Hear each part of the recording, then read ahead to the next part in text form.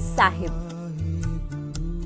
यानी सिखों के 10वें गुरु श्री गुरु गोबिंद सिंह जी की तपस्थली। इसे सिख तीर्थों की सबसे कठिन तीर्थ यात्रा भी कहा जाता है।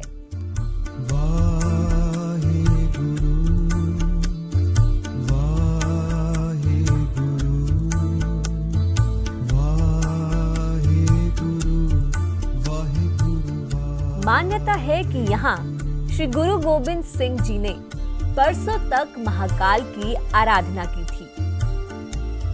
यही वजह है कि सिख समुदाय की इस तीर्थ में अगाध श्रद्धा है।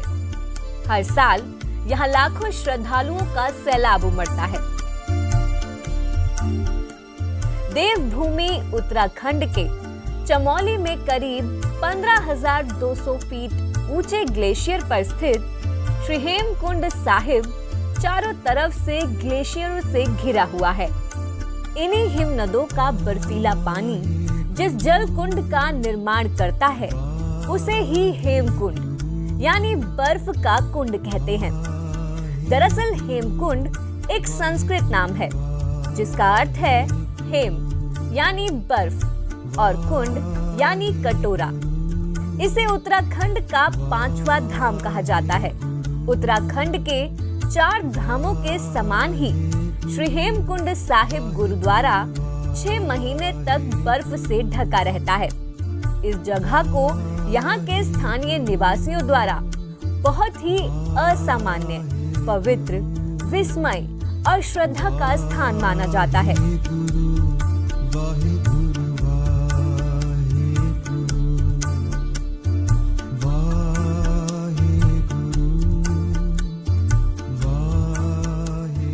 यहाँ पर स्थित झील और इसके आसपास के क्षेत्र को लोग एक नाम लोकपाल से भी जानते हैं, जिसका अर्थ है लोगों का निर्वाहक।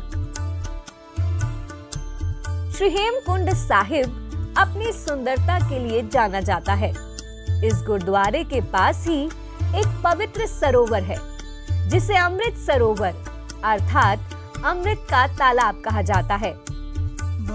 यह सरोवर लगभग 400 गज लंबा और 200 गज चौड़ा है। यह चारों तरफ से हिमालय की 7 चोटियों से घिरा हुआ है।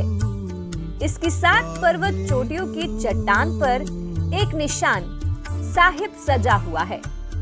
इन अद्भुत चोटियों का रंग वायुमंडलीय स्थितियों के अनुसार अपने आप बदल जाता है।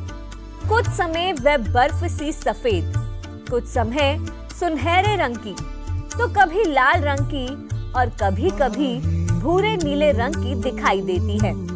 ये नजारा बेहद मनोरम होता है। इस पवित्र स्थल को रामायण के समय से मौजूद माना गया है। कहा जाता है कि लोकपाल वही जगह है जहां श्री लक्ष्मण जी अपना मन भावन स्थान होने के कारण ध्यान पर बैठ गए थे। मान्यता है कि अपने पूर्व जन्म में गोबिंद सिंह जी ध्यान के लिए यहीं आए थे। गुरु गोबिंद सिंह जी ने अपनी आत्मकथा विचित्र नाटक में इस जगह के बारे में अपने अनुभवों का उल्लेख भी किया है। श्री हेमकुंड साहिब के बारे में कहा जाता है कि ये जगह 2 से अधिक सदियों तक गुमनामी में रही। जब गुरु गोबिंद सिंह जी ने अपनी आत्मकथा विचित्र नाटक में इस जगह का वर्णन किया तब यह अस्तित्व में आई। सिख इतिहासकार कवि भाई संतोख सिंह ने इस जगह का विस्तृत वर्णन दुष्ट दमन की कहानी में अपनी कल्पना में किया था। उन्होंने इसमें गुरु का अर्थ शाब्दिक शब्द बुराई की विजेता के लिए चुना है। 10वें ग्रंथ के अनुसार ये वह जगह है जहां पांडु राजा अभ्यास योग करते थे। ग्रंथ में ये कहा गया है कि जब पांडु हेमकुंड पहाड़ पर गहरे ध्यान में थे तो भगवान ने उन्हें सिख गुरु गोबिंद सिंह के रूप में यहाँ पर जन्म लेने का आदेश दिया था। पंडित तारा सिंह नरोत्तम जो 19वीं सदी के निर्मला विद्वान थे। हेमकुंड की भौगोलिक स्थिति का पता लगाने वाले वो पहले सिख थे। श्री गुड़ तीर्थ संग्रह में जो 1844 में प्रकाशित हुआ था, इसमें उन्होंने इसका वर्णन 508 सिख धार्मिक स्थलों में से एक के रूप में किया है। इसके बाद में प्रसिद्ध सिख विद्वान भाई वीर सिंह ने हेमकुंड के विकास के बारे में खोजकर महत्वपूर्ण भूमिका निभाई थी। भाई वीर सिंह का वर्णन पढ़कर संत सोहन सिंह, जो एक रिटायर्ड आर्मी मैन थे, उन्होंने हेमकुंड साहिब को खोजने का फैसला किया। वर्ष 1934 में वो सफल हो गए। पांडुकेश्वर में गोविंद घाट के पास संत सोहन सिंह ने स्थानीय लोगों के पूछताछ के बाद वो जगह ढूंढ ली जहां राजा पांडु ने तपस्या की थी, और बाद में झील को भी ढूंढ निकाला जो लोकपाल के रूप में विख्यात थी। 1937 में गुरु ग्रंथ साहिब को स्थापित किया गया। 1939 में संत सोहन सिंह ने अपनी मौत से पहले हेमकुंड साहिब के विकास का काम जारी रखने के मिशन को मोहन सिंह को सौंप दिया। गोविंद धाम में पहली संरचना को मोहन सिंह द्वारा निर्मित कराया गया था। 1960 में अपनी मृत्यु से पहले मोहन सिंह ने एक 7 सदस्यीय कमेटी बनाकर इस तीर्थ यात्रा के संचालन की निगरानी दे दी। यदि आप श्री हेमकुंड साहिब जाना चाहते हैं तो पहले उसके कठिन यात्रा मार्ग के बारे में जान लें। श्री हेमकुंड साहिब तक की यात्रा की शुरुआत गोविंद घाट से होती है, जो अलखनंदा नदी के किनारे समुद्र तल से 1828 मीटर की ऊंचाई पर स्थित है। गोविंद घाट तक तो अच्छी सड़कें हैं और यहाँ तक गाड़ियां आराम से जाती हैं, लेकिन इसके ऊपर यानी गोविंद घाट से घंगारिया तक 13 किलोमीटर की चढ़ाई है, जो एकदम खड़ी चढ़ाई है।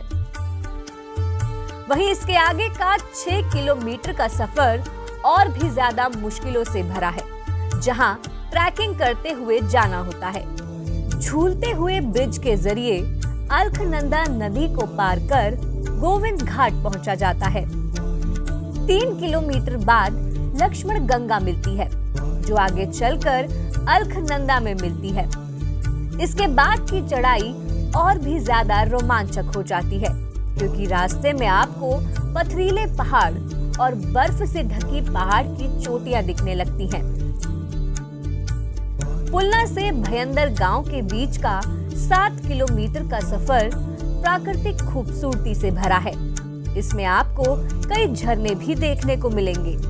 2 किलोमीटर आगे जाकर घांगरिया बेस कैंप आता है, जहां से आगे वैली ऑफ फ्लावर्स और हेमकुंड साहिब का रास्ता निकलता है।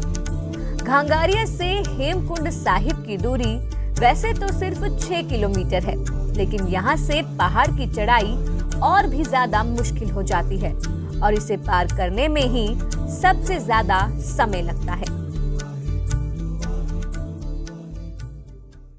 आप हमारे संत वाणी चैनल को सब्सक्राइब करें, वीडियो को लाइक करें, शेयर करें और हाँ, बेल आइकन पर क्लिक करना बिल्कुल ना भूलें, ताकि हमारी किसी भी वीडियो की सूचना सबसे पहले आपको मिले।